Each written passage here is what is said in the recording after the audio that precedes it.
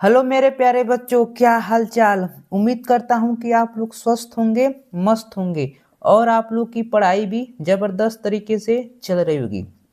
देखिए फ्रेंड्स, मैं class 12 physics के 60 महत्वपूर्ण क्वेश्चन लेकर आया हूँ जो आपकी बोर्ड के एग्जाम में रामबाण साबित होगा फ्रेंड्स।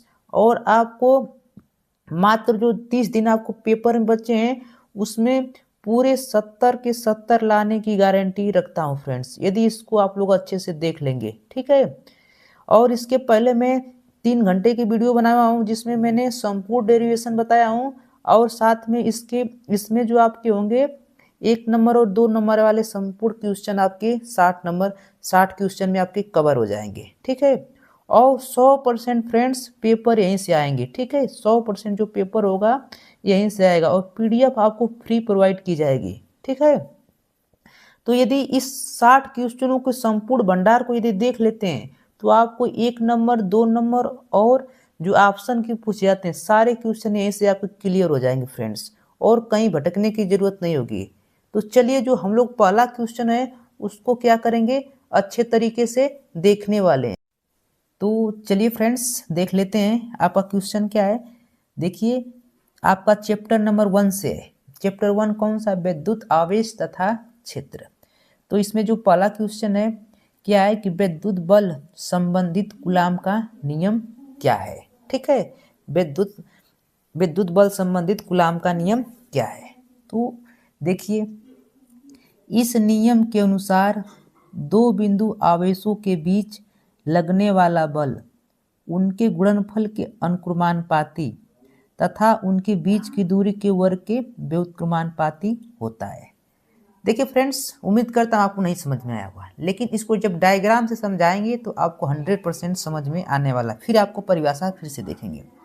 तो मान लीजिए यहाँ पर Q1 नाम का प्लस Q1 नाम का कोई आवेश है जो बिंदु ए पर स्थित है। बिंदु ए पर स्थित है। इससे कुछ दूरी पर एक बिंदु बी है जिस पर प्लस Q कूलाम का आवेश Q2 स्थित है। ठीक, इतनी बात क्लियर।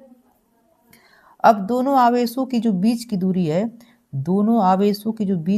है, स्मॉल आर है। क्या है, स्मॉल आर है। अब आपको पता रहना चाहिए स्मॉल आर है। तो देखिए, जब आवेश जो होते हैं ना, आवेशों के बीच में कौन सा बल लगता है, या तो आकर्षण बल लगेगा या तो प्रतिकर्षण बल। तो यदि सेम प्रकृति के आवेश रहेंगे, धन धन रहेगा तो कौन सा बल लगेगा, प्रतिकर्षण। यदि ऋण रहेगा तभी भी प्रतिकर्षण।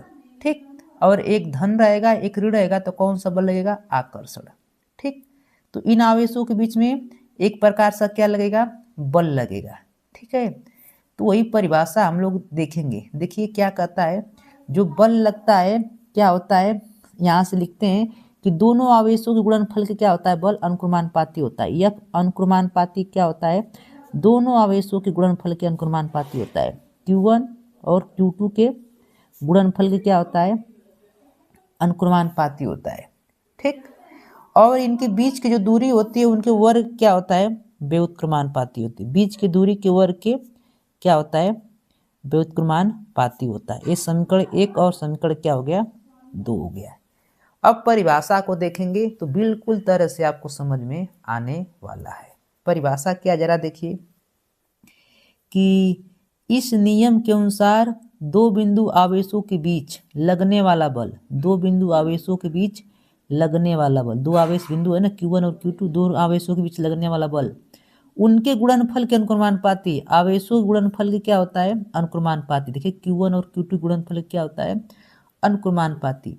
तथा उनके बीच की दूरी, तथा उनको जो बीच की दूरी है उनके बीच की दूरी के वर्ग के व्युत्क्रमानुपाती होता है। इनके बीच की जो दूरी होती है, दूरी के वर्ग क्या होता है, व्युत्क्रमानुपाती होता है। तो यह अनुक्रमानुपाती Q1 Q2 समीकरण 1 मान लेंगे। उनके बीच की दूरी के वर्ग क्या होता है, वर्ग क्या होता है, अनुक्रमानुपाती होता है। ठीक, समीकरण 1 और समीकरण 2 हो गया ना। अब लिखेंगे क्या कि समीकरण 1 और 2 को मिलाने पर, समीकरण 1 वह दो को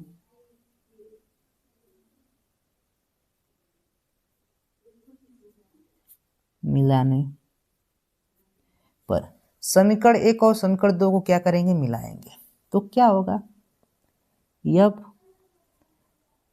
अनुक्रमानुपाती Q1 Q2 बटा के R²।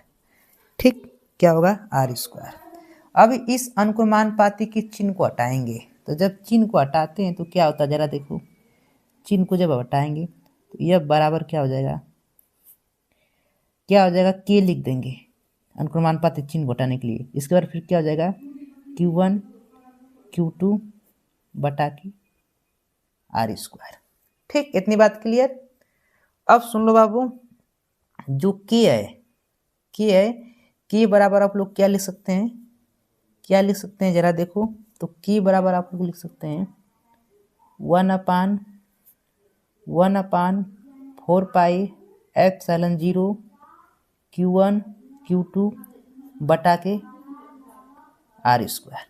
ठीक, ये आपका क्या हो जाता है, फाइनल सिद्ध करने के लिए हो जाता है। यही आपको क्या होता है, लाना होता है।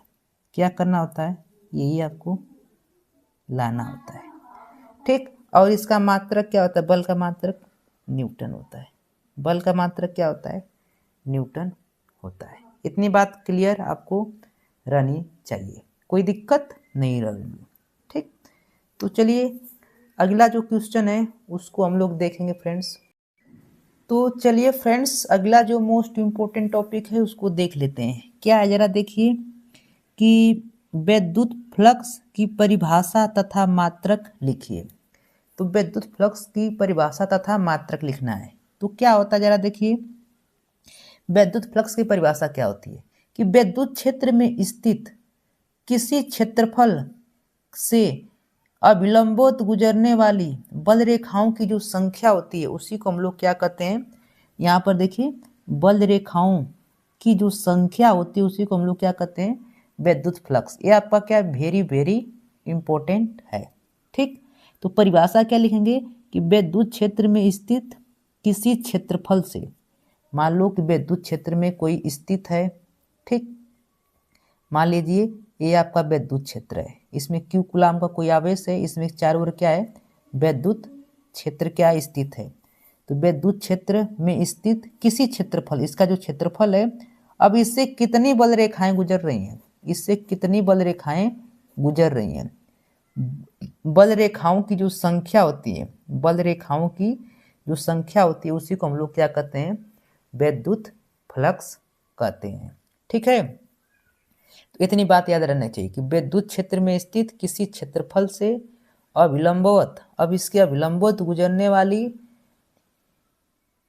गुजरने वाली विद्युत बल रेखाओं की संख्या को विद्युत फ्लक्स कहते हैं। विद्युत फ्लक्स भी देखिए, विद्युत फ्लक्स, अब विद्युत फ्लक्स बराबर क्या होता है, जरा देखिए। तो विद्युत फ्लक्स बराबर आपको पता रहना चाहिए फाई ई बराबर क्या होता है, ई इंटू ए होता है। फाई ई बराबर क्या होता है, ई इंटू ए। मात्रक की जब बात करते हैं तो मात्रक क्या होता है, न्यूटन मीटर स्क्वायर प्रति कूलाम। ठीक, मात्रक की जब बात करते हैं तो न्यूटन मीटर स्क्वायर प्रति कूलाम, या क्या होता है, वोल्ट मीटर, या क्या होता है, वोल्ट मीटर। ठीक, तो इतनी बातें आप लोग को पता रहना चाहिए। ठीक, तो फाई बराबर क्या होता है, ई इंटू ए। मात्रक की जब बात करते हैं तो विद्युत क्षेत्र की तीव्रता का मात्रक क्या होता है, आपको पता रहना चाहिए, न्यूटन प्रति कूलाम। क्षेत्रफल का मात्रक मीटर स्क्वायर। तो कभी कभी ये आपके मात्रक भी पूछे गए, बहुत बार पूछा गया है बोर्ड के एग्जाम में, मोस्ट इंपॉर्टेंट है। ठीक है, इसको देख लेंगे। चलिए तो अगला टॉपिक देख लेते हैं। अगला टॉपिक आपका क्या है, अगला टॉपिक आपका कह रहा है कि गॉस की प्रमेय लिखिए। मोस्ट इंपॉर्टेंट क्या है, वेरी इंपॉर्टेंट है, बोर्ड की एग्जाम से हर साल पूछा जाता है। ठीक, हर साल पूछे जाने वाला टॉपिक है। देखिए गॉस की प्रमेय क्या होती है। तो देखिए, गॉस की प्रमेय के अनुसार, गॉस की प्रमेय के अनुसार किसी बंद पृष्ठ से गुजरने वाला वैद्युत फ्लक्स, कोई बंद पृष्ठ है। आपको पता रहना चाहिए कि जो गॉस की प्रमेय होती है केवल बंद पृष्ठों के लिए क्या होती है, लागू होती है।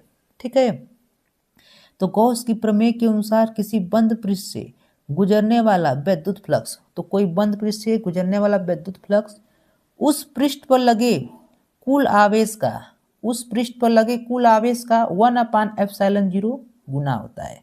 ठीक, तो आपको पता रहना चाहिए कि गॉस की जो प्रमेय होती है सिर्फ बंद पृष्ठों के लिए ही लागू होती है। तो परिभाषा एकदम क्लियर रहना चाहिए कि गॉस की प्रमेय के अनुसार किसी बंद पृष्ठ से, कोई बंद पृष्ठ, मान लीजिए ये बंद पृष्ठ है, ठीक, ये बंद पृष्ठ है, ठीक, तो बंद पृष्ठ से गुजरने वाला विद्युत फ्लक्स, इस बंद पृष्ठ से कितनी विद्युत फ्लक्स गुजर रहे हैं, ठीक, उस पृष्ठ पर लगे कुल आवेश। अब इस पृष्ठ पर कितने आवेश हैं, कुल आवेश क्या होता है, 1/ε0 गुना होता है।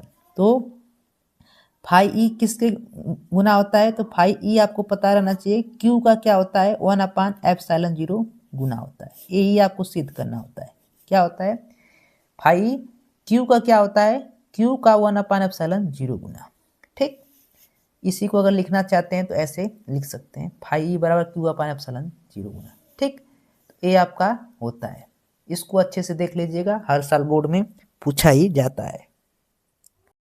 तो चलिए फ्रेंड्स, अगला क्वेश्चन जो है उसको क्या करते हैं, देखते हैं। क्या कह रहा है क्वेश्चन कि रेखीय आवेश घनत्व से क्या तात्पर्य है। तो रेखीय आवेश घनत्व से क्या तात्पर्य है, तो आपको पता रहना चाहिए। देखिए इसकी परिभाषा देख लेते हैं कि किसी तार के प्रति एकांक लंबाई पर, कोई तार है उसके प्रति एकांक लंबाई पर वितरित आवेश की मात्रा को रेखीय आवेश घनत्व कहते हैं। जैसे ये आपका कोई तार है, क्या है, कोई तार है, ठीक, इतनी बात पता रहना चाहिए। ये आपका कोई तार है, कह रहा कि तार के प्रति एकांक लंबाई पर, इस तार की लंबाई मान लेते हैं क्या है, यल है। इस तार की लंबाई मान लेते हैं हम लोग क्या है, यल है। तो तार की लंबाई यल है। अब इसकी प्रति एकांक लंबाई, इसकी प्रति एकांक लंबाई पर कितने आवेश वितरित हैं, इसकी प्रति एकांक लंबाई पर कितने आवेश वितरित हैं, इनकी जो आवेश की जो मात्रा होती है, यल लंबाई का कोई तार है उस पर जो आवेश की मात्रा जो वितरित होती है उसी को हम लोग क्या कहते हैं, रेखीय आवेश घनत्व कहते हैं। क्या कहते हैं, उसी को हम लोग रेखीय आवेश घनत्व कहते हैं। ठीक, अब देखो रेखीय आवेश घनत्व को हम लोग किससे डिनोट करते हैं, लेमडा से। किससे, लेमडा से। और लेमडा बराबर क्या होता है, Q/L। क्या होता है, लेमडा बराबर Q/L। ठीक, अब आवेश का मात्रक जो होता है क्या होता है, पता रहना चाहिए, कूलाम। क्या होता है, कूलाम। ठीक, और लंबाई का मात्रक क्या होता है, मीटर। ठीक है, जब बीमा की बात करते हैं तो आवेश की बीमा क्या होती है, AT, लंबाई की बीमा क्या होती है, L। हल करेंगे तो क्या आ जाएगा आपका, LT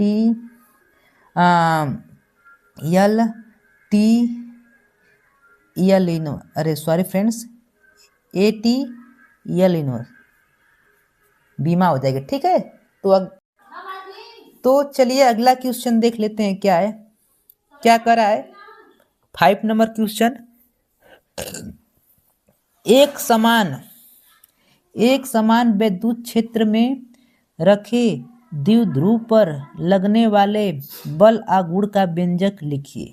ठीक, तो बल आघूर्ण का क्या करना है, व्यंजक लिखना है। ठीक, एक समान विद्युत क्षेत्र में कोई द्विध्रुव रखा गया है, उस द्विध्रुव पर लगने वाले बल आघूर्ण का व्यंजक। ठीक, तो क्या होता है जरा देखो, तो आपको पता रहना चाहिए बल आघूर्ण टाउ बराबर क्या होता है, EP साइन थीटा। टाउ बराबर क्या होता है, EP साइन थीटा। अब इस फार्मूले पर आपको साथ में बहुत सारी न्यूमेरिकल पूछे जाते हैं, इसका डेरिवेशन आपको 3 नंबरों में पूछा गया है 2024 में, मतलब वो हर साल पूछा जाता है। ठीक है, तो जो टाउ होता है क्या होता है आपका, बल आघूर्ण होता है। P क्या होता है, द्विध्रुव आघूर्ण होता है। ई क्या होता है? विद्युत क्षेत्र होता है। ई क्या होता है? विद्युत क्षेत्र होता है। इतनी बात आपको क्या रहना चाहिए? क्लियर रहना चाहिए। तो टाउ बराबर क्या होता है? ई पी साइन थीटा होता है। इतनी बात आपको क्लियर रहना चाहिए। टाउ आपका बल आगुण है, पी क्या है? द्विध्रुव आगुण है, ई क्या है? विद्युत क्षेत्र है। इतनी बात क्लियर, कोई डाउट नहीं रहनी चाहिए। चलिए अगला क्वेश्चन देखते हैं। अगला क्वेश्चन क्या करा है? मोस्ट इंपोर्टेंट क्वेश्चन है। क्या करा है? यदि दो आवेशों यदि दो आवेशित कणों के बीच की दूरी आधी कर दी जाए तो उनके बीच लगने वाले बल पर क्या प्रभाव पड़ेगा? ठीक, तो यदि दो आवेशित कणों के बीच की दूरी हम लोग क्या कर दें? आधी कर दें तो उनके बीच लगने वाले बल पर क्या प्रभाव पड़ेगा? ठीक, ये आपका क्वेश्चन है, मोस्ट इंपोर्टेंट क्वेश्चन है। क्या कर रहा है? देखिए कि दो आवेशित कण है, मान लीजिए एक Q1 कण है, एक Q2 है। कर मान लो पहले इनकी दूरी r थी। क्या थी? पहले r थी, लेकिन कर रहा है कि दूरी पहले की क्या कर दें? आधी कर दें। मान लो आवेश Q1 ही है और आवेश क्या है आपका? Q2 है। इनके बीच की दूरी क्या करा आप? आधा करने के लिए, आधा बोले तो r/2 कर दें, तो बल क्या लगेगा? ठीक, तो बल क्या होगा जरा देखो। मान लो पहले बल लगता था, यह बराबर फार्मूला क्या होता था? 1/4πε0, यही ना फार्मूला होता है। Q1 Q2 अब बट्टा में क्या होता है? r²। ये अब मान लो बल लग रहा था, लेकिन अब क्या कर रहा है कि दूरी आधा कर दीजिए, तो F क्या हो जाता है? प्रोपोर्शनल किसके हो जाता है? 1/r² के हो जाता है। ठीक, अब क्या कर रहा है? दूरी को आधा कर दीजिए, तो जब दूरी को आधा कर देंगे तो क्या होगा? अब मान लो पहले बल F लग रहा था, अब क्या हो जाएगा? मान लीजिए F डैश है, दूरी आधा कर देते हैं, तो r/2 का आधा का स्क्वायर कर दीजिए, यही ना, दूरी का स्क्वायर करेंगे तो क्या हो जाएगा? F डैश बराबर आपको हो जाएगा, इसको हल करेंगे तो r² बटा के 4, जब इसको हल करेंगे तो F डैश क्या आ जाएगा? अनुक्रमानुपाती 4 बटा के r² के। ठीक, अब देखो ए क्या है? 1/a किसके बराबर है? F के बराबर है। तो बल जो होगा आपका पहले का क्या हो जाएगा? 4 गुना हो जाएगा। क्या हो जाएगा? 4 गुना F के बराबर हो जाएगा। बल जो हो जाएगा पहले का 4 गुना, इसके बराबर क्या लिख सकते हैं आप लोग? इसके बराबर आप लोग F लिख सकते हैं ना, तो F लिखेंगे तो 4F हो जाएगा। तो बल पहले का क्या हो जाएगा आपका? 4 गुना। इसका हल करना चाहते हैं देख लीजिए। ठीक, बल पहले का क्या हो जाएगा? 4 गुना आपका हो जाएगा। इतनी बात क्लियर, कोई डाउट, कोई समस्या नहीं रहना चाहिए। चलिए अगला क्वेश्चन देख लेते हैं। अगला क्वेश्चन आपका क्या है? देखिए अगला क्वेश्चन आपको दिया है कि निर्वात की विद्युतशीलता ε0 का मात्रक व बीमा लिखिए।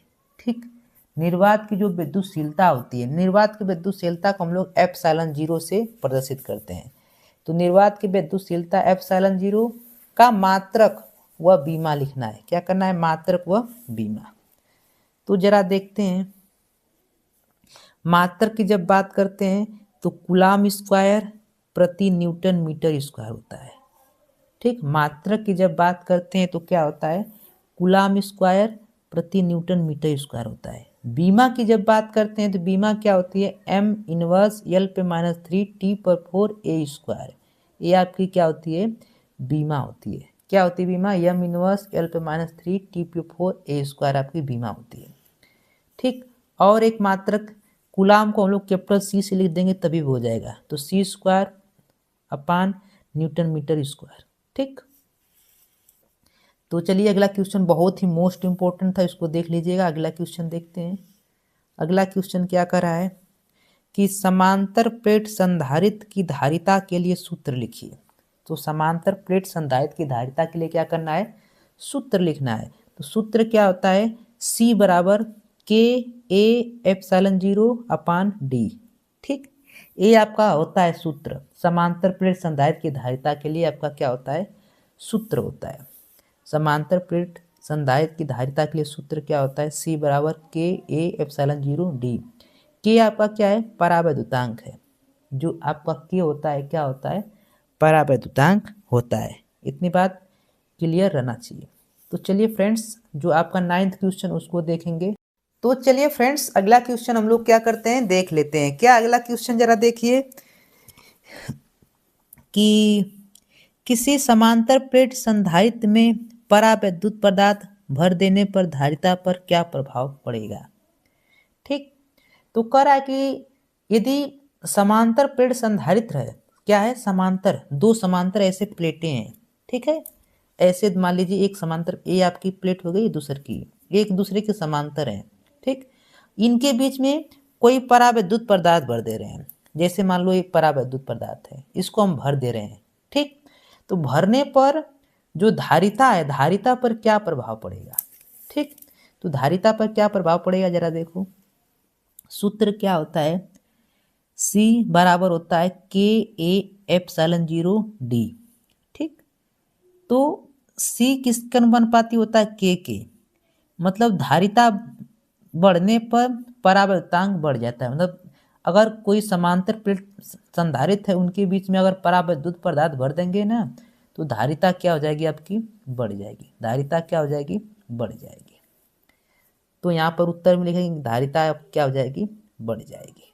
ठीक, चलिए अगला क्वेश्चन देखते हैं।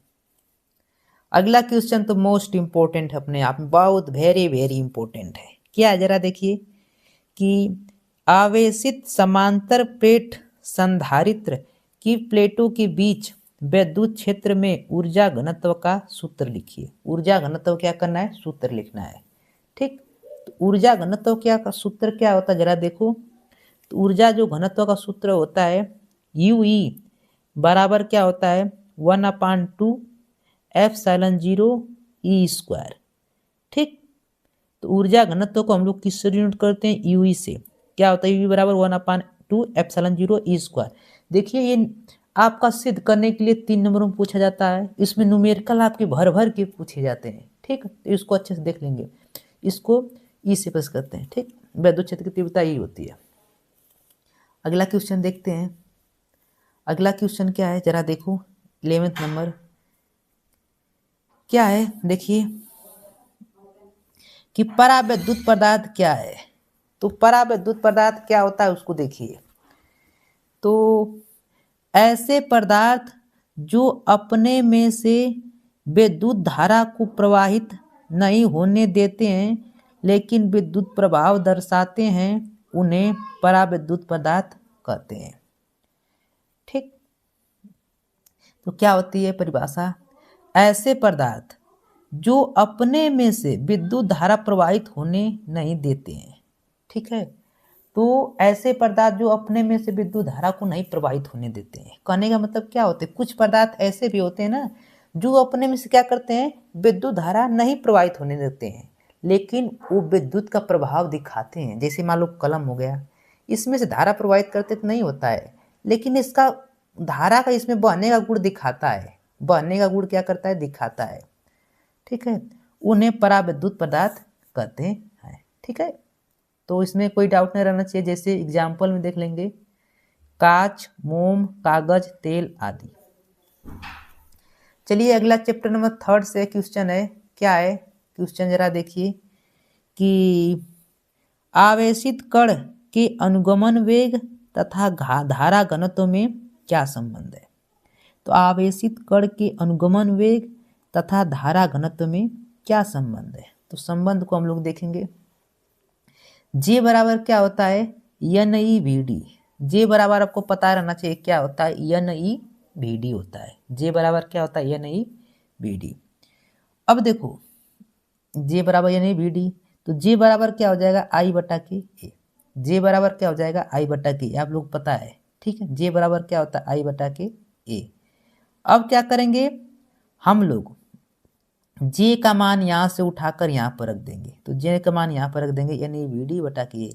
अब ए से ए कट गया तो जे बराबर क्या बच जाता है, NE/VD। ये आपका फार्मूला, ये आपकी पूछा गया 1 नंबरों में पूछा गया 2024 में, अपने आप में मोस्ट इम्पोर्टेंट है। ठीक है, चलिए अगला देख लेते हैं क्वेश्चन क्या है। अगला क्वेश्चन मोस्ट इंपोर्टेंट क्वेश्चन क्या कर रहा है कि धातु के किसी तार की लंबाई खींचकर दोगुनी कर दी जाए। धातु की किसी तार की लंबाई खींचकर क्या कर दे, दोगुनी कर दी जाए, तो तार का नया प्रतिरोध कितना होगा। जो तार का नया प्रतिरोध होगा वो कितना होगा। ठीक, तो तार का नया प्रतिरोध कितना होगा उसको देख लेते हैं। आपको पता रहना चाहिए नया प्रतिरोध 4 गुना हो जाएगा। ठीक है, नया प्रतिरोध क्या हो जाएगा, 4 गुना हो जाएगा। तो किसी धातु के किसी तार की लंबाई अगर खींचकर हम लोग क्या करते हैं, 2 गुना कर देते, नया प्रतिरोध कितना हो जाएगा, 4 गुना। इसके एक संबंधित एक फार्मूला उसको देख लीजिए। फार्मूला क्या है, नया प्रतिरोध बराबर एन स्क्वायर गुणे पुराना प्रतिरोध, एन जहाँ क्या आपकी लंबाई है। ठीक, तो अच्छे से इसको देख लेंगे, मोस्ट इंपोर्टेंट है, आपको पूछा जाता है बोर्ड में। ठीक है, तो चलिए फ्रेंड्स अगला क्वेश्चन हम लोग देखते हैं क्या दिया है कि गतिशीलता किसे कहते हैं। तो गतिशीलता क्या होती है उसको जरा देखो। तो गतिशीलता किसे कहते हैं, तो किसी चालक के अनुगमन वेग, किसी चालक के अनुगमन वेग, अनुगमन वेग बोले तो Vd, तथा विद्युत क्षेत्र के अनुपात को गतिशीलता कहते हैं। अनुगमन वेग और विद्युत क्षेत्र के जो अनुपात होता है उसी को हम लोग क्या कहते हैं, गतिशीलता कहते हैं। अब गतिशीलता को हम लोग किससे परिचित करते हैं जरा देखो। तो म्यू बराबर क्या होता है, Vd अपान ई होता है। म्यू बराबर क्या होता है, Vd अपान ई होता है। Vd क्या आपका अनुगमन वेग है।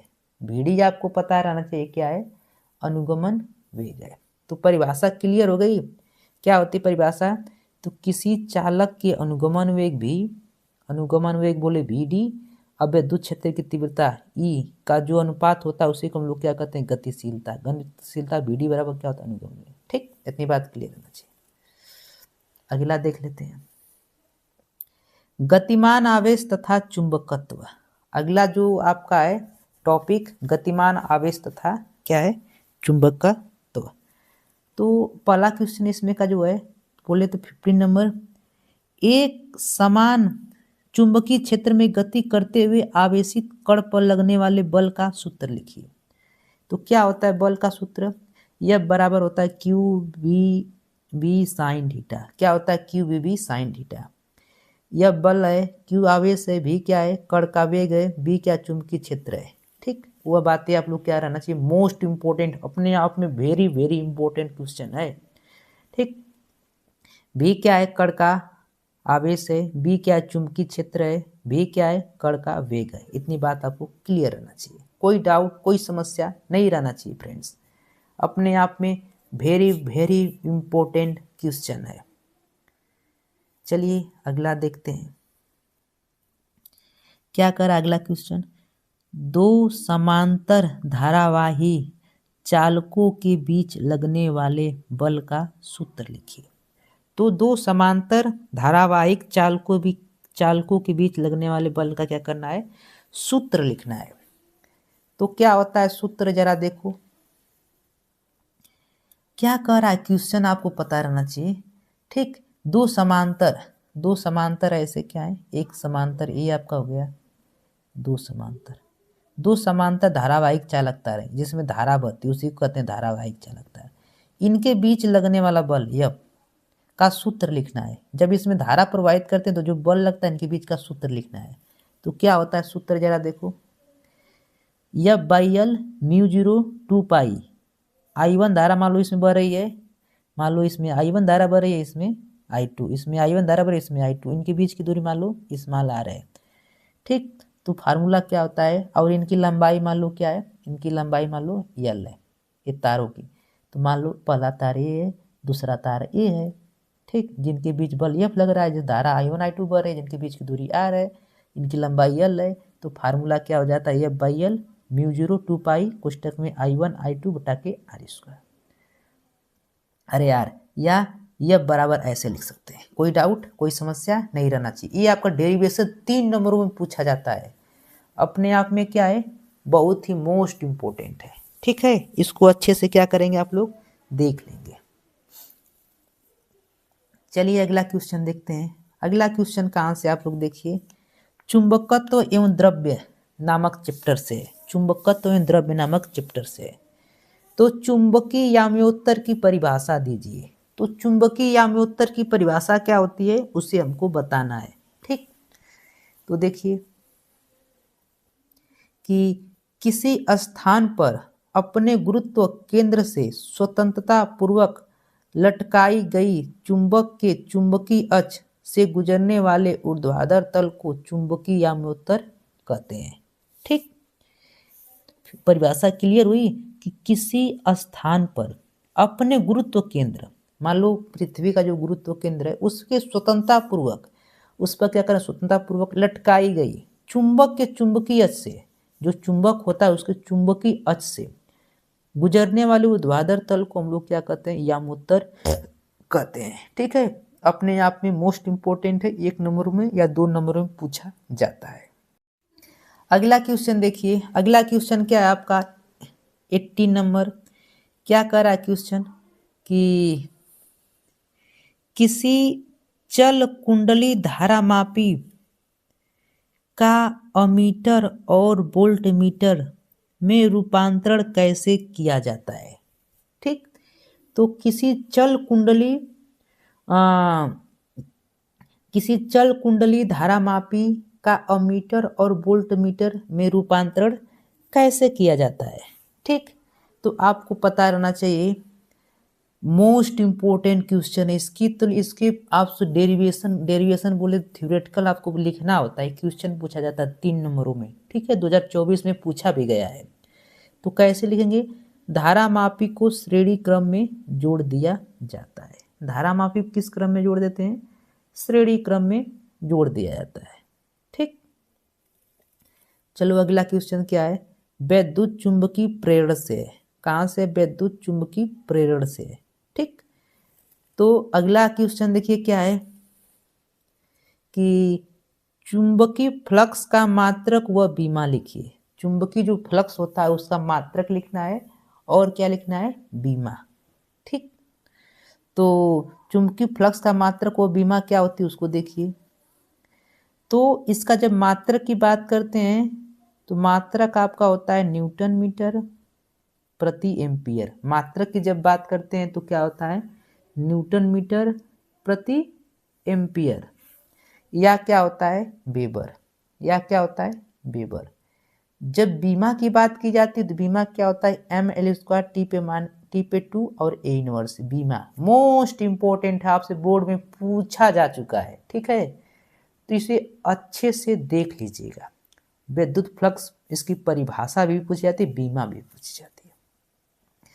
चलिए अगला चैप्टर नंबर 7 से देख लेते हैं। ठीक, प्रत्यावर्ती धारा से क्या है क्वेश्चन, प्रत्यावर्ती धारा के वर्ग माध्य मूल मान IRMS।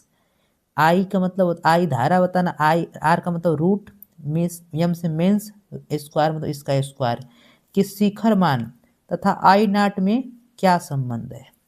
ठीक, तो देखिए IRMS बराबर क्या होता है, आई नॉट अपान अनुरूप में 2 होता है। आई नॉट क्या होता है, शिखर होता है, मान होता है किसका, धारा का शिखर मान होता है। अपने आप में मोस्ट इंपोर्टेंट, इसे आप लोग मिस नहीं कर सकते, अच्छे से देख लीजिएगा। चलिए अगला क्वेश्चन देखते हैं। कह रहा है कि LCR प्रत्यावर्ती धारा परिपथ में शक्ति गुणांक के लिए सूत्र। LCR यहाँ पर डैश LCR परिपथ, तो क्या होता है सूत्र, आपको पता रहना चाहिए। सूत्र देखिए, cos फाई बराबर होता है R अंडर रूट में R² प्लस कोष्टक में XL माइनस XC का होल स्क्वायर। क्या होता है, अंडर रूट में R² प्लस कोष्टक में XL माइनस XC का होल स्क्वायर। या cos फाई बराबर क्या होता है, R/Z। cos फाई बराबर R/Z, मतलब इसके Z के बराबर भी इसको लिख सकते हैं। और Z बराबर क्या होता है, रूट में R² प्लस कोष्टक में XL माइनस XC का होल स्क्वायर। बोले ना, इसके बराबर आप लोग इसको लिख सकते हैं, कोई समस्या नहीं रहनी चाहिए इसमें। ठीक है बाबू, अगला क्वेश्चन देखो। अगला क्वेश्चन मोस्ट इंपोर्टेंट है। करा कि अनुनाद की स्थिति में श्रेणीबद्ध LCR परिपथ की प्रतिबाधा का मान क्या होगा?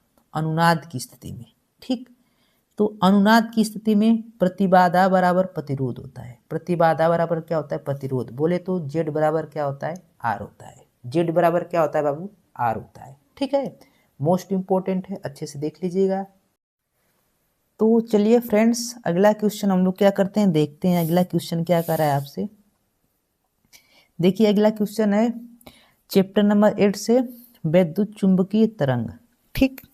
क्या है क्वेश्चन, जरा सुनिए कि वैद्युत चुंबकीय तरंगों के दो गुण लिखिए। तो वैद्युत चुंबकीय तरंगों क्या करना है हमको? दो गुण लिखना है। तो चलो देख लेते हैं दो गुण इसके। पहला गुण आपका क्या है कि ये प्रकाश की चाल से चलती हैं। ये जो तरंगे होती हैं विद्युत चुंबकीय तरंगे, ये प्रकाश की चाल से चलती हैं। प्रकाश की चाल पता है ना कितना होता है?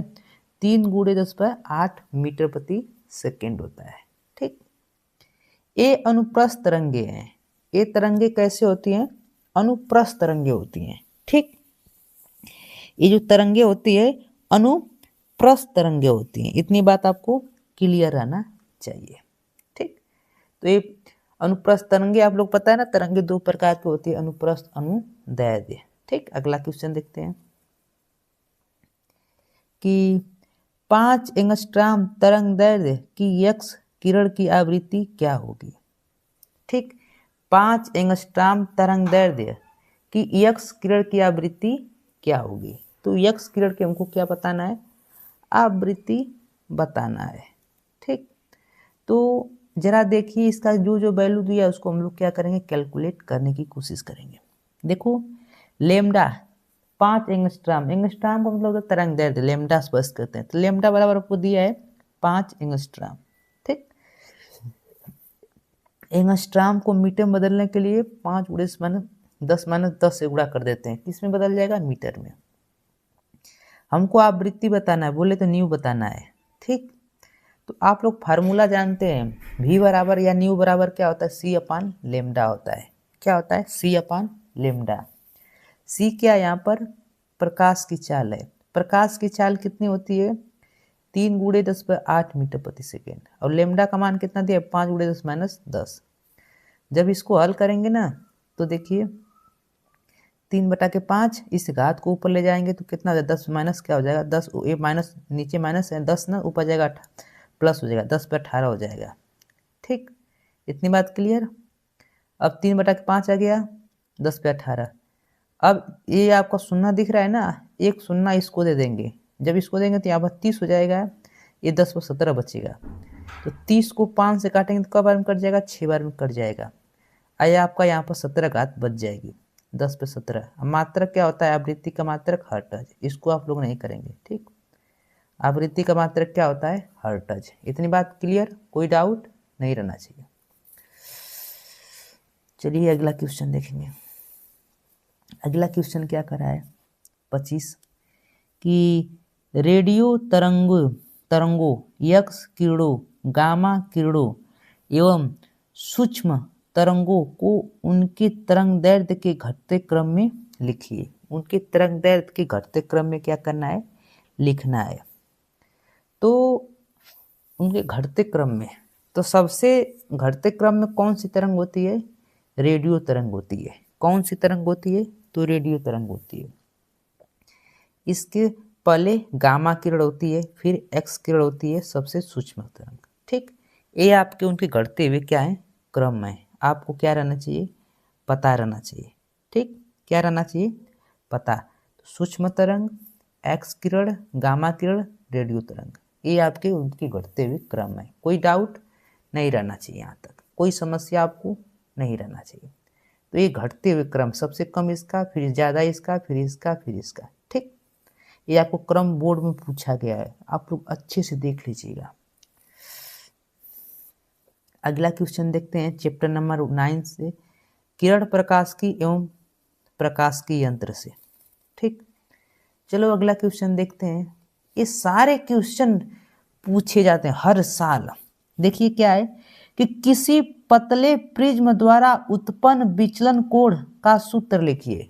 किसी पतले प्रिज्म द्वारा उत्पन्न विचलन कोण का क्या करना है, सूत्र लिखना है। क्या करना है, विचलन कोण का सूत्र। तो सूत्र देखते हैं क्या है कि डेल्टा यम बराबर क्या होता है, कोष्टक में n-1 इंटू ए आपका पतले प्रिज्म का सूत्र है। डेल्टा यम बराबर n-1 इंटू ए। ठीक, तो डेल्टा यम क्या है, आपका विचलन कोण है। डेल्टा यम क्या है, विचलन कोण है। ए क्या है, प्रिज्म कोण है। ये जो आपका है प्रिज्म कोण है। यन क्या आपका अपवर्तनांक है। यन क्या आपका अपवर्तनांक है। इतनी बात, किसी को डाउट इसमें नहीं रहना चाहिए। ठीक, तो डेल्टा एम बराबर क्या होता है, n-1 इंटू ए। डेल्टा एम क्या है, विचलन कोण है। ए क्या है, प्रिज्म कोण है। यन क्या आपका अपवर्तनांक है। कोई डाउट, कोई समस्या नहीं रहना चाहिए। चलो अगला क्वेश्चन देखिए कि एक पतले प्रिज्म का प्रिज्म कोण 4 डिग्री है। एक पतले प्रिज्म का प्रिज्म कोण कितना है, 4 डिग्री है, तथा इसके पदार्थ का अपवर्तनांक 1.5 है। जो इसका पदार्थ है उसका अपवर्तनांक कितना दिया है, 1.5 दिया है। ठीक, तो न्यूनतम विचलन कोण का मान बताइए। तो न्यूनतम विचलन कोण का क्या करना है, मान बताना है। देखो ए बराबर आपको दिया है 4 डिग्री। ए बराबर कितना दिया है, 4 डिग्री। ए क्या आपका प्रिज्म कोण है। और यन बराबर आपको दिया है 1.5। यन बराबर क्या दिया है, 1.5। डेल्टा एम हमें बताना है। जरा देखो, तो डेल्टा एम बराबर क्या होगा, यन का मान कितना दिया, 1.5। सूत्र देखिए यहाँ पर यन की जगह 1.5 रहेंगे, -1 इंटू 4। तो डेल्टा एम का मान जब 4 से गुणा करेंगे 0.5 में तो क्या आएगा, 2 डिग्री। कितना आएगा, 2 डिग्री। ये आपके बोर्ड में पूछा जा चुका है। अपने आप में क्या है, मोस्ट इम्पोर्टेंट क्वेश्चन है। इन क्वेश्चनों को आप लोग अच्छे से देख लीजिए बाबू, कोई इसमें समस्या नहीं रहनी चाहिए। तो चलिए फ्रेंड्स अगला क्वेश्चन देखते हैं हम लोग। क्या है कि अवतल लेंस के द्वितीय फोकस की परिभाषा दीजिए। अवतल लेंस के द्वितीय फोकस की क्या करना है, परिभाषा देना है। ठीक, तो आपको पता रहना चाहिए, मुख्य अक्ष के समांतर चलने वाली प्रकाश की किरणें अपवर्तन के बाद मुख्य अक्ष के जिस बिंदु पर मिलती हैं हुई प्रतीत होती उस बिंदु को द्वितीय फोकस कहते हैं। ठीक, तो परिभाषा एक बार और देख लीजिए कि मुख्य अक्ष के समांतर, आपको पता है ना, ये आपका देख लीजिए यहाँ पर एक अवतल लेंस, उत्तल लेंस है। ठीक, ये आपका मुख्य अक्ष होता है। क्या होता है, मुख्य अक्ष होता है। तो मुख्य अक्ष के समांतर एक किरण कोई जा रही है तो अपवर्तन होगा लेंस के द्वारा। तो अपवर्तन के पश्चात, अपवर्तन के बाद मुख्य अक्ष के जिस बिंदु से, मुख्य अक्ष के जिस बिंदु से जाती है या जाती हुई प्रतीत होती है उस बिंदु को क्या कहते हैं हम लोग, द्वितीय फोकस कहते हैं। उस बिंदु को हम लोग क्या कहते हैं, द्वितीय फोकस कहते हैं। ठीक, उस बिंदु को हम लोग क्या कहते हैं, द्वितीय फोकस कहते हैं। इतनी बात, कोई डाउट, कोई समस्या नहीं रहनी चाहिए। ठीक, उस बिंदु को हम लोग क्या कहते हैं, द्वितीय फोकस कहते हैं। चलो अगला देख लेते हैं। किसी प्रिज्म के पदार्थ के अपवर्तनांक का सूत्र अल्पतम विचलन कोण तथा प्रिज्म कोण के पदों में लिखिए। किसी प्रिज्म के पदार्थ के अपवर्तनांक, किसी प्रिज्म के पदार्थ के अपवर्तनांक, अपवर्तनांक बोलो तो n का सूत्र अल्पतम विचलन कोण, अल्पतम विचलन कोण बोलते डेल्टा एम, तथा प्रिज्म कोण के पदों में क्या करना है, लिखना है। तो क्या होता है सूत्र, जरा देखो। n बराबर आपका होता है साइन कोष्टक में a प्लस लेमडा एम अपान 2। क्या होता है, साइन कोष्टक में a प्लस लेमडा एम अपान 2। फिर क्या होता है, साइन a बाई 2। n क्या है आपका अपवर्तनांक है। डेल्टा एम क्या है, विचलन कोण है। डेल्टा एम क्या आपका विचलन कोण है। ए क्या है, प्रिज्म कोण है। ए आपका क्या है, प्रिज्म कोण है। इतनी बात, कोई डाउट। तो ये आपका सूत्र होता है। इस पर न्यूमेरिकल साथ में इसका डेरिवेशन भी आपको भर भर के बोर्ड में पूछा जाता है इसको सिद्ध करने के लिए। चलो अगला क्वेश्चन देखते हैं। अगला क्वेश्चन क्या करा है कि पूर्ण आंतरिक परावर्तन की शर्तें लिखिए। तो पूर्ण आंतरिक परावर्तन की क्या करना है, शर्त लिखना है। तो कौन कौन सी पूर्ण आंतरिक परावर्तन की शर्त होती है उनको हम देखेंगे। चलिए देखिए, पूर्ण आंतरिक परावर्तन की दो शर्त होती है। पूर्ण आंतरिक परावर्तन की दो शर्त होती है। देखो, पूर्ण आंतरिक परावर्तन की शर्तें निम्नलिखित हैं। पहला क्या शर्त है, प्रकाश सघन माध्यम से विरल माध्यम में जा रहा हो। ठीक, पहली शर्त क्या है कि जो प्रकाश हो सघन माध्यम से विरल माध्यम में जा रहा हो, पहली शर्त है। ठीक, प्रकाश क्या हो, प्रकाश सघन माध्यम से विरल माध्यम में जा रहा हो। ठीक, सघन जानते हैं ना, जैसे ऊपर मान लो ऐसे है, ऊपर मान लो जल है, क्या ऊपर मान लो जल है, नीचे क्या है, हवा है, तो प्रकाश जल से हवा में जा रहा हो। ठीक, तो प्रकाश सघन माध्यम से विरल माध्यम में जा रहा हो। दूसरा का क्या है, आपतन कोण क्रांति कोण से बड़ा होना चाहिए। आपतन कोण का जो मान होना चाहिए क्रांति कोण से क्या रहना चाहिए, बड़ा रहना चाहिए। ठीक, आपतन कोण का मान क्रांति कोण से क्या रहना चाहिए, बड़ा रहना चाहिए।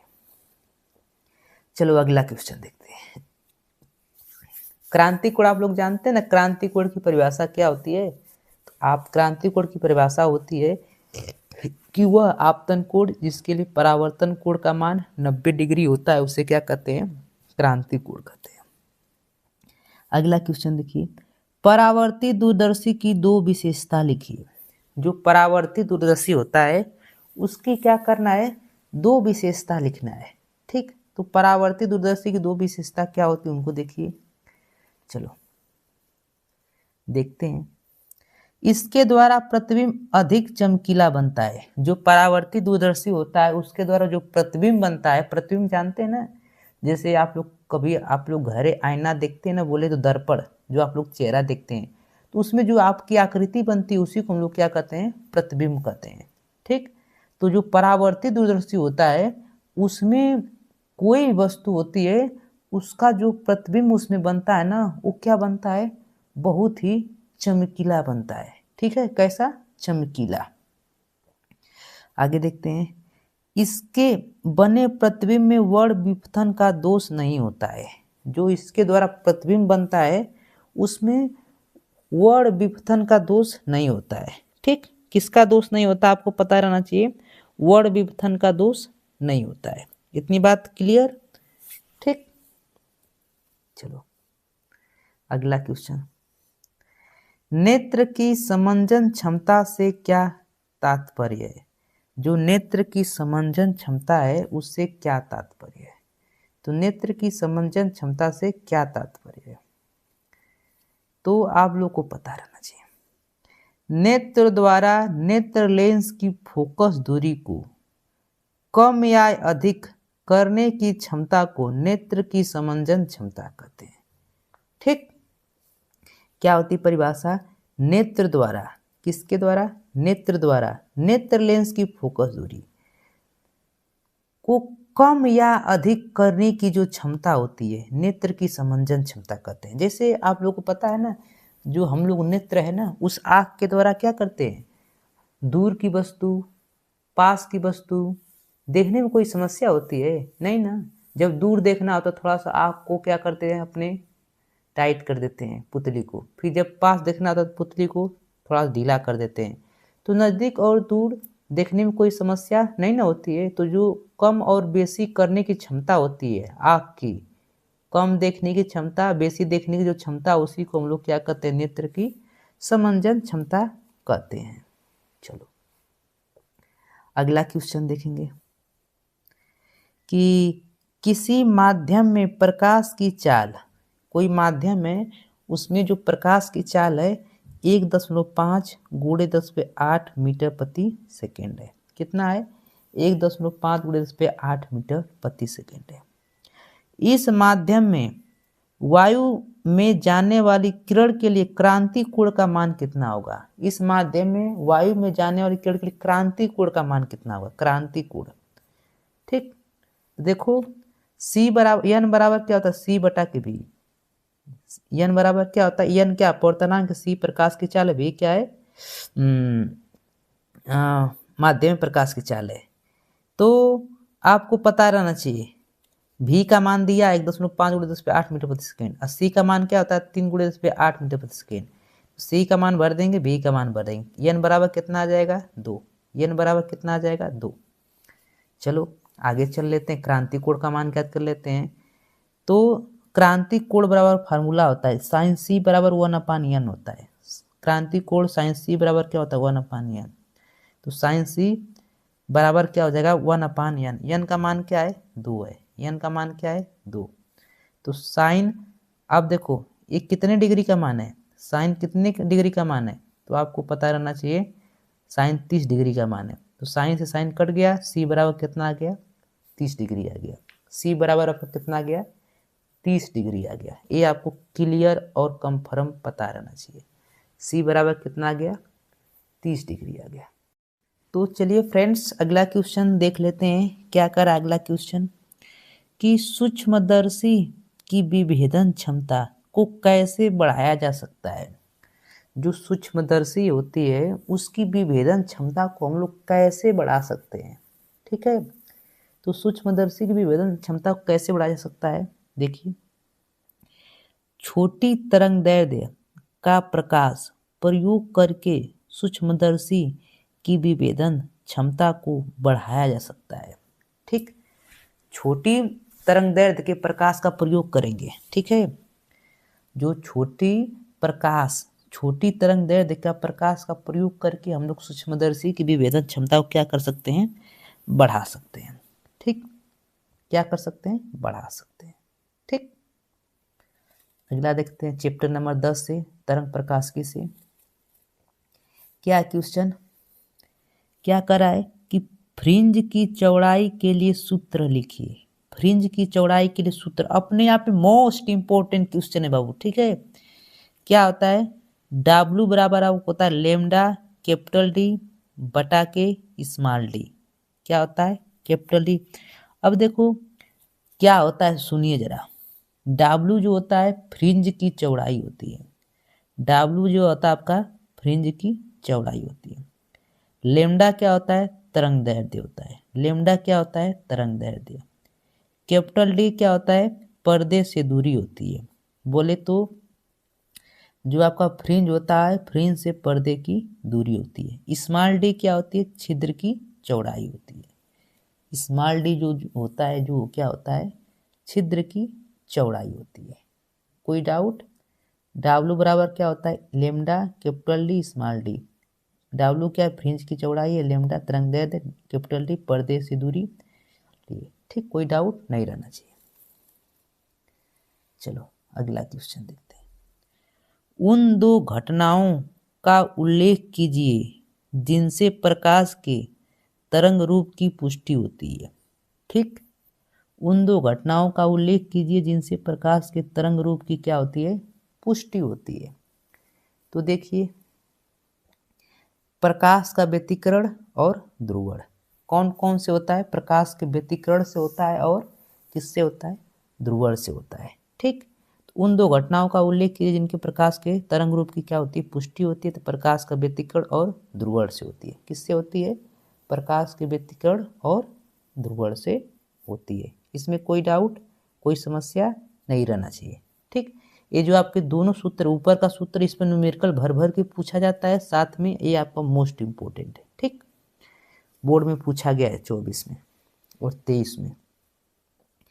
अब देखो क्वेश्चन कि प्रकाश की विवर्तन के प्रयोग में केंद्रीय उच्चिष्ट की चौड़ाई पर क्या प्रभाव पड़ेगा यदि प्रयोग जल में रख दिया जाए? यदि प्रयोग कहाँ रख दिया जाए? जल में रख दिया जाए तो क्या प्रभाव पड़ेगा? केंद्रीय उच्चिष्ट की चौड़ाई घट जाएगी। क्या प्रभाव पड़ेगा आपको पता रहना चाहिए। केंद्रीय जो उच्चिष्ट होता है उसकी जो चौड़ाई होगी क्या होगी? घट जाएगी। ठीक है, उसकी चौड़ाई क्या हो जाएगी, घट जाएगी। अगला क्वेश्चन देखिए, विवर्तन प्राप्त करने के लिए रेखा छिद्र की चौड़ाई लगभग कितनी होनी चाहिए। अगर आपको विवर्तन प्राप्त करना है तो उसके लिए रेखा छिद्र की चौड़ाई लगभग कितनी होनी चाहिए।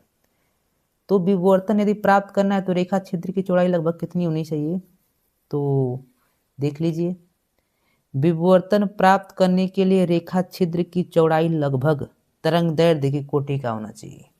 किस कोटि का होना चाहिए, तरंगदैर्ध्य की कोटि का होना चाहिए। तो विवर्तन प्राप्त करने के लिए रेखा छिद्र की जो चौड़ाई होनी चाहिए लगभग कितनी होनी चाहिए, तरंगदैर्ध्य की कोटि का होना चाहिए। तरंगदैर्ध्य कोटि आप लोग पता रहना चाहिए, ठीक है, मोस्ट इंपोर्टेंट। चलिए अगला जो चैप्टर आपका विकिरण तथा द्रव्य की द्वैत प्रकृति से, पहला क्वेश्चन देखिए, most important question, very very important. क्या करा है, आइंस्टीन का प्रकाश विद्युत समीकरण लिखिए। ये आपका इसका डेरिवेशन पूछा जाता है 5 नंबर में, यदि ऐसे पूछा जाएगा तो सिर्फ 1 नंबर में। ठीक, क्या होता है डेरिवेशन, एच ई के बराबर क्या होता है, एच न्यू माइनस डब्ल्यू। ये आपका क्या होता है, पूछा जाता है, 1 नंबर में लिखना होता है। ठीक है, तो अपने आप में मोस्ट इंपोर्टेंट है, इन सारे टॉपिकों को अच्छे से कवर कर लीजिएगा। तो चलिए फ्रेंड्स अगला क्वेश्चन देखते हैं। क्या करा है कि दे ब्रोगली सिद्धांत से आप क्या तात्पर्य, दे ब्रोगली सिद्धांत से क्या तात्पर्य है। ठीक, तो दे ब्रोगली सिद्धांत के अनुसार गतिमान कण तरंगों की भांति व्यवहार कर सकते हैं। ठीक, जो दे ब्रोगली है उनके सिद्धांत के अनुसार जो गतिमान कण है वो तरंगों के भांति क्या कर सकते हैं, व्यवहार कर सकते हैं। ठीक, तो दे ब्रोगली सिद्धांत के अनुसार गतिमान कण तरंगों के भांति व्यवहार कर सकते हैं। ठीक, किसके भांति व्यवहार कर सकते हैं, तरंगों के भांति व्यवहार कर सकते हैं। ठीक, इतनी बात में कोई डाउट नहीं रहना चाहिए। चलिए अगला क्वेश्चन देखते हैं। दे ब्रोगली तरंगदैर्ध्य के लिए सूत्र लिखिए। दे ब्रोगली तरंगदैर्ध्य के लिए क्या करना है, सूत्र लिखना है। तो दे ब्रोगली तरंगदैर्ध्य के लिए सूत्र लिखना है, तो जरा देखिए क्या होता है सूत्र। दे ब्रोगली लेमडा बराबर क्या होता है, h/p। लेमडा तरंगदैर्ध्य है, h प्लांक नियतांक है, p क्या है, संवेग है। ठीक, प्लांक नियतांक का मान भी आपको पता रहना चाहिए कितना होता है, 6.6 × 10⁻34 जूल सेकेंड। अब देखो लेमडा h/अंडर रूट में p बराबर 2m के लिख सकते हैं। क्या हो सकता है, p बराबर संवेग बराबर क्या होता है, 2m के। p बराबर चूंकि आप लोग जानते हैं क्या अंडर रूट में 2m के होता है, आप लोग को पता रहना चाहिए। चलिए अगला क्वेश्चन देखते हैं। एक फोटान की ऊर्जा 30 इलेक्ट्रॉन वोल्ट है, इसका संवेग ज्ञात कीजिए। एक फोटान है, अब फोटान की ऊर्जा कितना है, 30 इलेक्ट्रॉन वोल्ट है। फोटान की जो ऊर्जा है 30 इलेक्ट्रॉन वोल्ट है, इसका संवेग बताना है। ठीक, तो आपको पता रहना चाहिए। देखिए P बराबर क्या होता है, E/c। P बराबर क्या होता है, E/c। अब देखो P, E का मान कितना दिया है, 30 इलेक्ट्रॉन वोल्ट। ठीक, अब इलेक्ट्रॉन वोल्ट को किस में बदलना है आपको, इलेक्ट्रॉन वोल्ट में। तो इलेक्ट्रॉन वोल्ट को वोल्ट में बदलने के लिए 1.6 × 10⁻19 से गुणा कर देंगे। और C क्या होता है, प्रकाश की चाल। ठीक, 3 × 10⁸ मीटर प्रति सेकंड। 3 से काटेंगे तो 10 में कट जाएगा, एक घात 8 ऊपर ले जाएंगे माइनस हो जाएगा, तो 16, 10 से गुणा करेंगे 16, 10 में हट जाएगा, 16 गुणे कितना हो जाएगा, ऊपर जाएगा तो ये आपका 8 जुड़ेगा तो इसमें कितना हो जाएगा, 27। मात्रक क्या होता है संवेग का, kg मीटर प्रति सेकेंड। मात्रक आपको पता रहना चाहिए क्या होता है, kg मीटर प्रति सेकेंड। चलो अगला चैप्टर परमाणु से देख लेते हैं। क्या है आपका, क्या क्वेश्चन, हाइड्रोजन परमाणु के लिए कोणीय संवेग का सूत्र लिखिए। हाइड्रोजन परमाणु के लिए कोणीय संवेग का क्या करना, हमको सूत्र लिखना है। तो कोणीय संवेग का सूत्र क्या होता है, उसको हम लोग क्या करने वाले, देखने वाले हैं। तो देखिए, तो क्या होता है फार्मूला, देखिए MVR बराबर क्या होता है NH2 पाई, W बराबर क्या NH/2 पाई होता है। इतनी बात आपको, इसके बराबर आप लोग क्या लिख सकते हैं, ओमेगा भी लिख सकते हैं। क्या लिख सकते हैं, क्योंकि कोणीय संवेग को हम लोग किससे प्लस करते हैं, ओमेगा से। किससे प्लस करते हैं, ओमेगा से। इतनी बात क्लियर, कोई डाउट नहीं रहना चाहिए। चलो अगला क्वेश्चन, हाइड्रोजन स्पेक्ट्रम की उस श्रेणी का नाम लिखिए जिसकी रेखाएं दृश्य भाग में पड़ती हैं। तो हाइड्रोजन स्पेक्ट्रम की उस श्रेणी का नाम लिखना है जिसकी रेखाएं दृश्य भाग में पड़ती हैं। जिसकी रेखाएं किस में पड़ती हैं, दृश्य भाग में।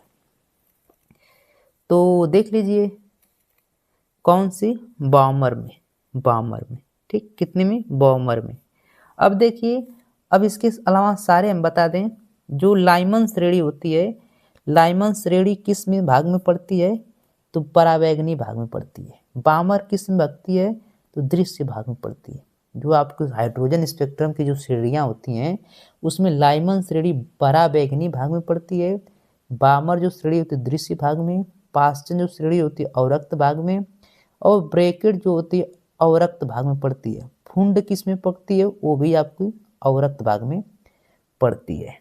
ठीक, तो इतनी बात क्लियर रहना चाहिए कि हाइड्रोजन स्पेक्ट्रम की उस श्रेणी का नाम लिखिए जो दृश्य भाग में पड़ती है। तो दृश्य भाग में सिर्फ एक श्रेणी पड़ती है, कौन सी, बामा श्रेणी।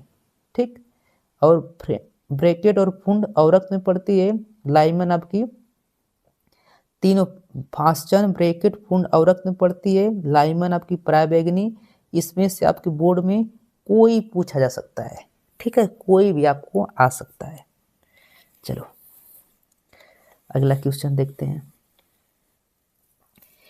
हाइड्रोजन परमाणु के स्पेक्ट्रम के लिए तरंगदैर्ध्य का सूत्र रीडबर्ग नियतांक के पदों में लिखिए। ठीक है, किसके पदों में, रीडबर्ग नियतांक। क्या होता है जरा देखो, 1/λ आर। आर क्या है आपका, रीडबर्ग नियतांक है। फिर कोष्टक में क्या होता है, 1/n1 का स्क्वायर माइनस 1/n2 का स्क्वायर। ठीक, 1/λ बराबर क्या होता है, आर। फिर कोष्टक में 1/n1 का स्क्वायर माइनस 1/n2 का स्क्वायर। कोई दिक्कत, कोई समस्या नहीं रहनी चाहिए। ठीक, इसको क्या करेंगे आप लोग, हल कर लेंगे, कोई डाउट इसमें नहीं रहना चाहिए। चलो तो फिर अगला क्वेश्चन देखते हैं। तो चलिए फ्रेंड्स, अगला क्वेश्चन क्या है कि हाइड्रोजन परमाणु की 90वें ऊर्जा स्तर में कितनी ऊर्जा होती है। ठीक है, जो आपका हाइड्रोजन परमाणु की 90वें ऊर्जा स्तर में ऊर्जा कितनी होती है। ठीक, कितनी ऊर्जा होती है आपको पता रहना चाहिए। En कितना बराबर होता है, -13.6 बटा के n स्क्वायर इलेक्ट्रॉन वोल्ट। ठीक, तो En बराबर क्या होता है, -RHc बटा के n स्क्वायर। ठीक, R क्या है, रीडबर्ग नियतांक, H क्या है, प्लांक नियतांक, C क्या है, प्रकाश की चाल, N क्या है आपका, N आपका क्या होता है, श्रेणियों की संख्या होती है। कौन श्रेणी, बामर, फुंड, ये आपकी संख्या होती है। ठीक, ये आपकी एनर्जी है। चलो ये आपका मोस्ट इंपॉर्टेंट था, इस पर आपके तुरंत न्यूमेरिकल ऐसे ही पूछ दिए जाते हैं। ठीक है, अगला जो है नौविक चैप्टर से देख लेते हैं। क्या है कि परमाणु द्रव्यमान मात्रक एयू में क्या होता है मान। अपने आप most important, very very important, इसको हम लोग मिस नहीं कर सकते हैं। ठीक है, क्या होता है, तो कार्बन परमाणु C12 के द्रव्यमान के 12वें भाग को एमयू कहते हैं। ठीक है, कार्बन परमाणु C12 के द्रव्यमान के 12वें भाग को एक एमयू कहते हैं। ठीक, इतनी बात क्लियर। अगला क्वेश्चन, नाभिकीय रिएक्टर में मंदक का क्या कार्य है। जो नाभिकीय रिएक्टर में मंदक का क्या कार्य है, किसी एक मंदक का नाम लिखिए। किसी एक मंदक का क्या करना है, नाम लिखना है। ठीक, तो किसी एक मंदक का क्या करना है, नाम लिखना है। चलो देख लेते हैं। मंदक का कार्य न्यूट्रॉन की गति को मंद करना है। जो मंदक का कार्य होता है न्यूट्रॉन की गति को क्या करना, मंद करना। क्या करना, मंद करना। ठीक, तो मंदक का कार्य न्यूट्रॉन की गति को मंद करना। भारी जल एक न्यूट्रॉन का मंदक है। जो भारी जल होता है एक न्यूट्रॉन का क्या होता है, मंदक होता है। जो भारी जल होता है एक न्यूट्रॉन का क्या होता है, मंदक होता है।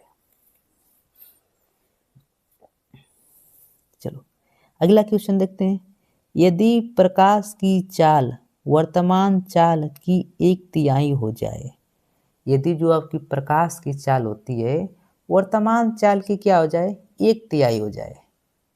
वर्तमान में जो चाल है उसकी 1/3 मतलब पहले मान लो 1 था, अब 1/3 हो जाए, तो नाभिक में ऊर्जा बंधन ऊर्जा पर क्या प्रभाव पड़ेगा।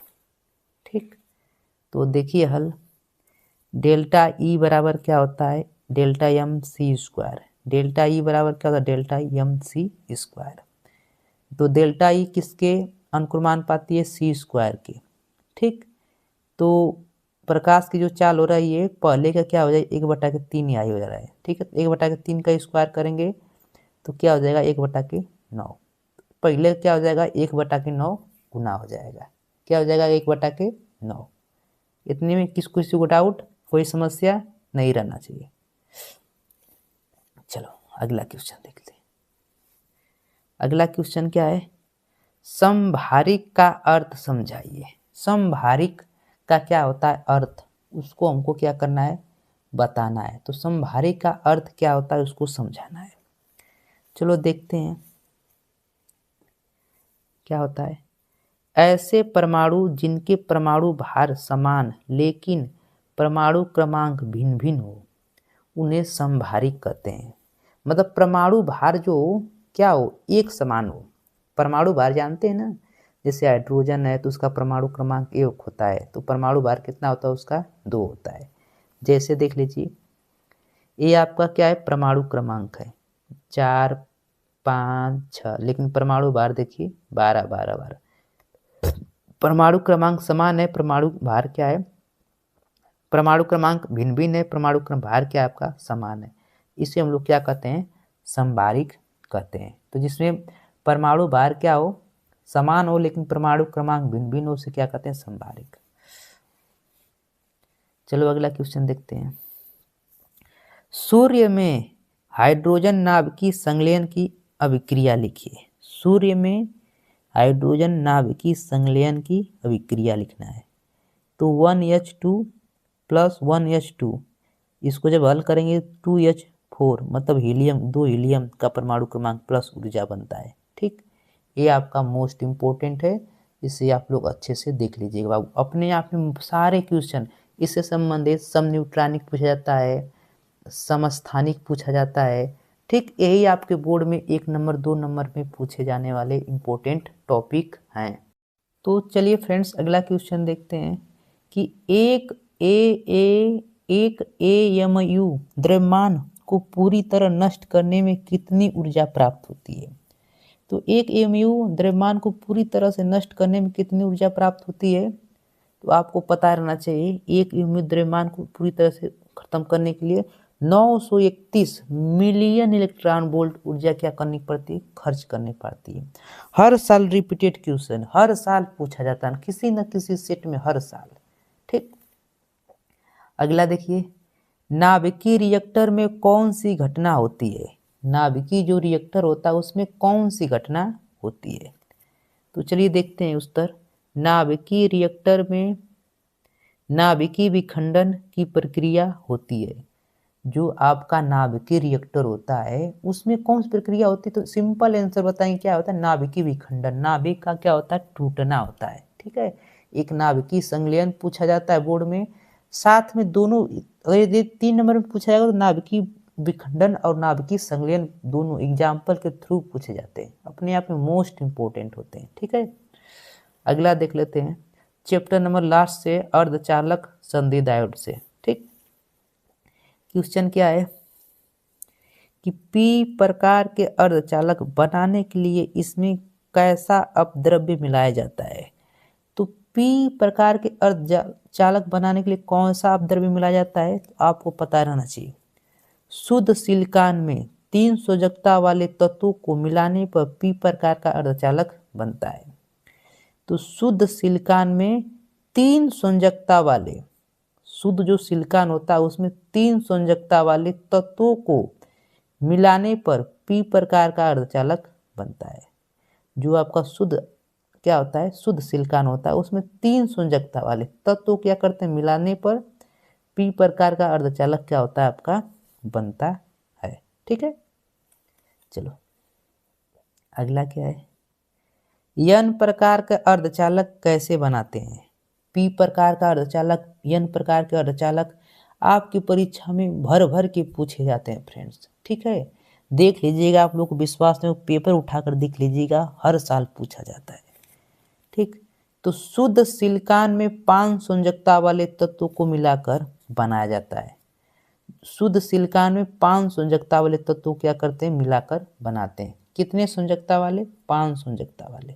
ठीक, तो शुद्ध सिलिकॉन में 5 संयोजकता वाले तत्वों को मिलाकर बनाते हैं। ठीक, अगला क्वेश्चन देखेंगे कि संधि डायोड में अवक्षय परत से क्या तात्पर्य है।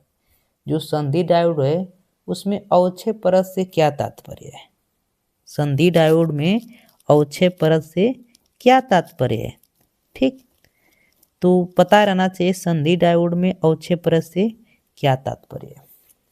तो देखिए, संधि डायोड में पी-एन संधि के निकट दोनों ओर वह क्षेत्र जिसमें कोई स्वतंत्र आवेश वाहक उपलब्ध नहीं होता है उसे क्या कहते हैं, अवक्षय परत कहते हैं।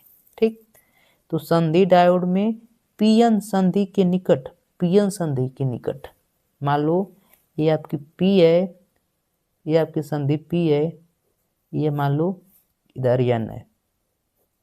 ठीक, तो पी और एन के निकट एक अवक्षय परत बन जाती है, आपकी जो बीच में होती है एक प्रकार की अवक्षय परत होती है। तो ठीक है, तो जिसमें कोई स्वतंत्र आवेश वाहक उपलब्ध, इसमें कोई स्वतंत्र आवेश वाहक उपलब्ध नहीं होता है उसे ही हम लोग क्या कहते हैं, अवक्षय परत कहते हैं। क्या कहते हैं, अवक्षय परत कहते हैं। अगला देखिए, ऐसे 2 अपद्रव्यों के नाम लिखिए जो शुद्ध सिलिकॉन को अर्धचालक बना देते हैं। जो शुद्ध सिलिकॉन को क्या कर देते हैं, अर्धचालक बना देते हैं। तो उसमें पहला है आर्सेनिक, दूसरा क्या है, फास्फोरस। पहला आपका आर्सेनिक, दूसरा क्या है, फास्फोरस। तो ऐसे 2 अपद्रव्यों के नाम लिखिए जो शुद्ध सिलिकॉन को अर्धचालक बना देते हैं। तो पहला आर्सेनिक और दूसरा का फास्फोरस। ठीक, अगला क्वेश्चन देखिए। अगला क्वेश्चन अपने आप में मोस्ट इंपॉर्टेंट क्वेश्चन है कि विभव प्राचीर से क्या तात्पर्य है। तो विभव प्राचीर से क्या तात्पर्य है, ऐसे अवक्षय परत के सिरों के बीच, अवक्षय परत के सिरों के बीच उत्पन्न विभवांतर को प्राचीर विभव कहते हैं। अवक्षय परत के सिरों के बीच उत्पन्न जो विभवांतर होता है उसी को हम लोग क्या कहते हैं, प्राचीर विभव कहते हैं। ठीक, तो अवक्षय परत कि जो बीच के सिरों के बीच, अवक्षय परत क्या होती है, जैसे ये आपको मान लीजिए एक पी टाइप का अर्धचालक है, ये आपका एन टाइप। ठीक, तो इसमें जो परत है ना, परत, ये परत होती है, इसी को हम लोग क्या कहते हैं, अवक्षय परत कहते हैं। क्या कहते हैं, अवक्षय परत कहते हैं। अपने आप में मोस्ट इंपॉर्टेंट क्वेश्चन है, इसे अच्छे से देख लीजिएगा।